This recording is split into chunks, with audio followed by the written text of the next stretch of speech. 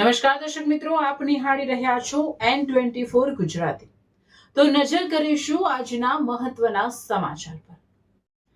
ભરૂચ જિલ્લાના પ્રથમ નાગરિક અને પ્રેરણા સ્ત્રોત એવા ભરૂચના જિલ્લા ચૂંટણી અધિકારી અને કલેક્ટર ગૌરાંગભાઈ મકવાણાએ મતદાન કરી લોકશાહીની ફરજ અદા કરી। સ્થાનિક સ્વરાજ્યની ચૂંટણી અન્વયે મતદાન કરી નાગરિકોને પણ મહત્તમ મતદાન કરવા અપીલ કરી। લોકશાહીના પર્વમાં સહભાગી થઈ મતાધિકારના મૂલ્યને બિરદાવતા જિલ્લા ચૂંટણી અધિકારી અને કલેક્ટર ગૌરાંગભાઈ મકવાણા। ગુજરાત રાજ્ય ચૂંટણી આયોગ દ્વારા આયોજિત સ્થાનિક સ્વરાજ્યની સંસ્થાઓની સામાન્ય ચૂંટણી 2026 અન્વયે આજે ભરૂચ જિલ્લામાં ઉત્સાહપૂર્ણ માહોલમાં મતદાન પ્રક્રિયા હાથ ધરવામાં આવશે।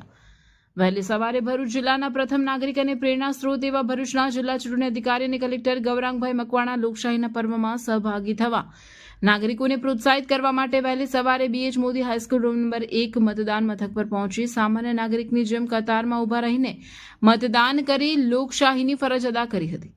અમિત શાહનું નિશાન ગર્વભેર દર્શાવી લોકશાહીના આ પર્વને વધાવ્યું અને જિલ્લાના તમામ નાગરિકોને નિર્ભીક અને નિષ્પક્ષ રીતે મતદાન કરવાને પોતે મતદાન કરી આપણા પાડોશી મિત્રોને સામાન્ય નાગરિકોને પણ મતદાન કરવા પ્રેરિત કરવા આપણી લોકશાહીને વધુ સુદૃઢ બનાવવા અનુરોધ કર્યો હતો। સ્થાનિક સ્વરાજની સંસ્થાઓ એટલે કે નગરપાલિકા, તાલુકા પંચાયત, જિલ્લા પંચાયતની ચૂંટણીઓ છે। આજે મતદાનનો દિવસ છે।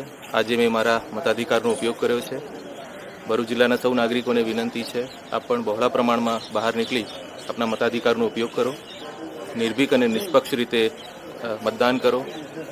આપ પોતે તો મતદાન કરો જ, પરંતુ સાથે સાથે આપના પડોશી, આપના મિત્રો, આપના પરિવારજનો એમને પણ મતદાન કરવા માટે પ્રેરિત કરો।